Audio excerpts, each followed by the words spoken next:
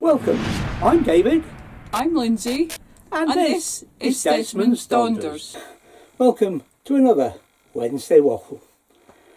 Interesting subject today, but that will follow the news of what videos we've got coming up, what we've been up to, and probably what we're going to be up to. Well, what have we got the rest of this week? Well, tomorrow we've got Swan Lake, which is a throwback Thursday. So it's on at 5 o'clock, and as I say, it'll be on at 5 o'clock tomorrow. It's only a short one from me, and it's only a short playlist this month. Then we have our normal Friday video. Close Encounters of the Feathery kind. Yes, things didn't get hairy, they got feathery. But, I'll let you see that. Then on Monday, next week's videos, Lindsay makes a friend and we find a box.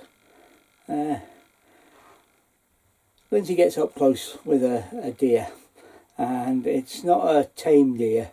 There's no ear tags that they have to have if they're for meat production. And an interesting red box. Some time ago I was told there were no more. In fact, it was a very insistent YouTuber that there were no more of these. Well, we meet one with a working phone box. And then by the bridge and a flying visit to a distillery to round off next week. There will be a Wednesday Waffle, I just forgot to mention it as normal. And that's next week's videos. I can highly recommend Fridays, although I couldn't at the time. And the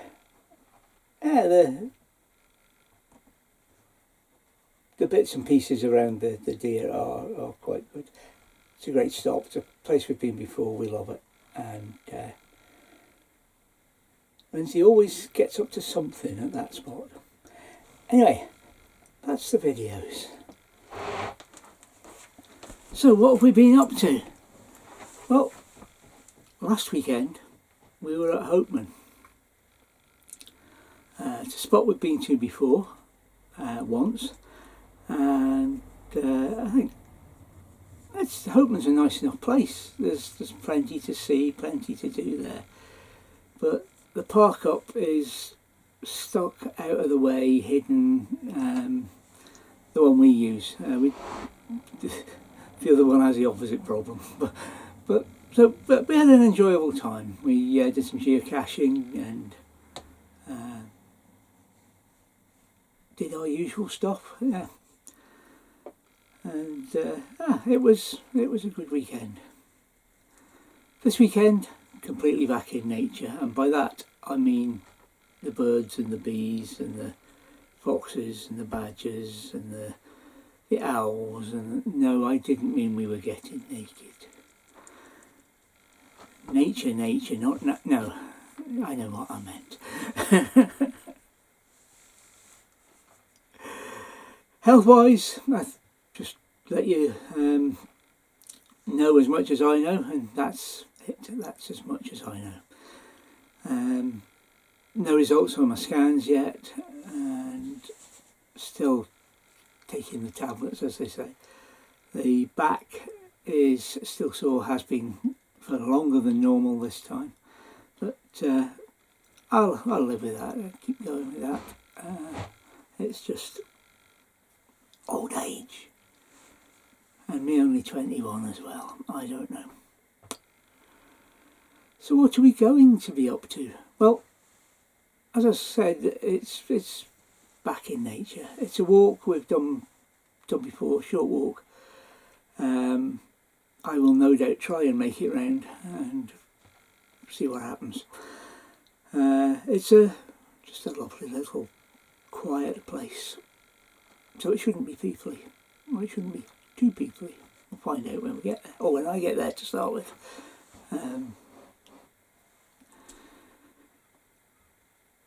So, what am I going to talk about? Well, Lindsay and I had quite a chat about this, and that'll come up in the conversation. But I'm going to talk about the report into Scottish cricket. If you haven't seen it, Scottish cricket has been accused of institutional racism. There's been a big report with 448 items in it. The two that the press and the TV seem to be concentrating on, now I could be wrong here of course, but the ones that they seem to be concentrating on are two instances where people were treated like servants.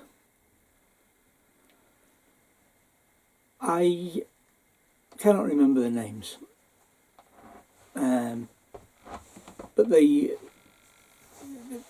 that's irrelevant. They were called into the team as part of the squad to go on tour. There was an established team that was winning. It wasn't a team that was being swapped every 5 minutes because they couldn't, they were doing as well as could be expected, and the best 11 were playing. But these were to be future players. And they get called into cricket squads quite regularly. The youngsters to come and have experience with the first team. They went off on tour. Now this is two different tours, but the circumstances are the same. They went off on tour,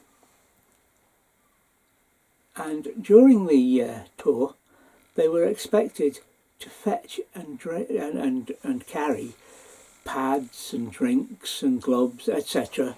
for the batsmen on the pitch. They were expected that if one of them was hurt, to stand in for them in the field. And this, that and the other. Does it sound like anything to you? Well, if you're a cricket follower, you know what I've just described. If you're not, you haven't got a clue. But Lindsay doesn't follow cricket, and she got it because she's been around me a year or two, and me talking about cricket, and she listens to Test Match Special with me when it's on. A couple of sad admissions there. I enjoy my cricket. And lo and behold, Lindsay came up with the answer.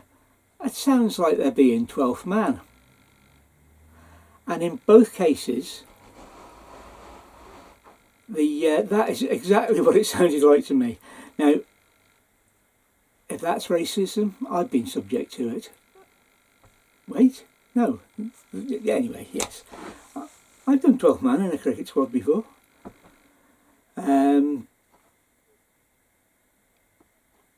Damned injustice, I should have been in the first team, but that's by the by. With my skill at bowling and my batsmanship, 12th man was probably the best place for me.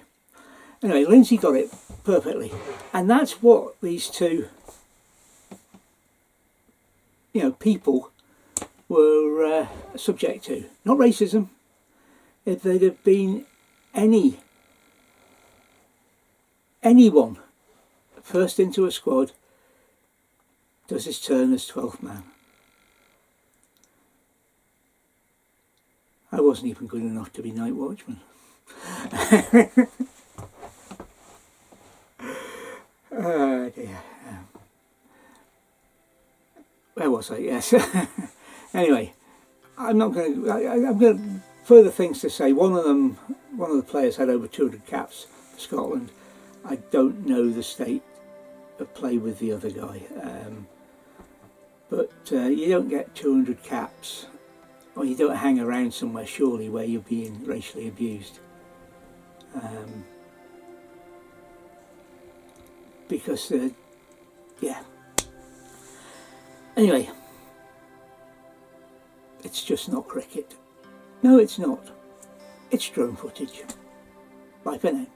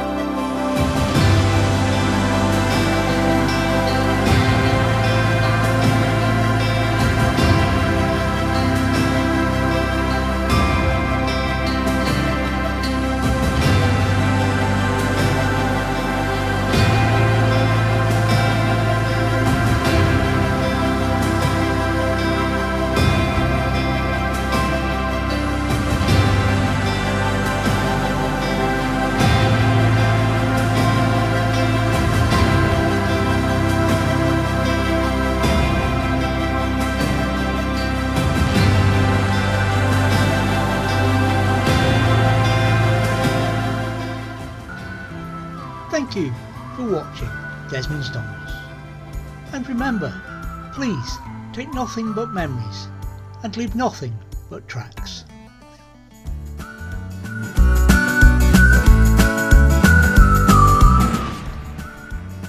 Please subscribe and ring the bell for notifications, and hopefully we'll see you next time.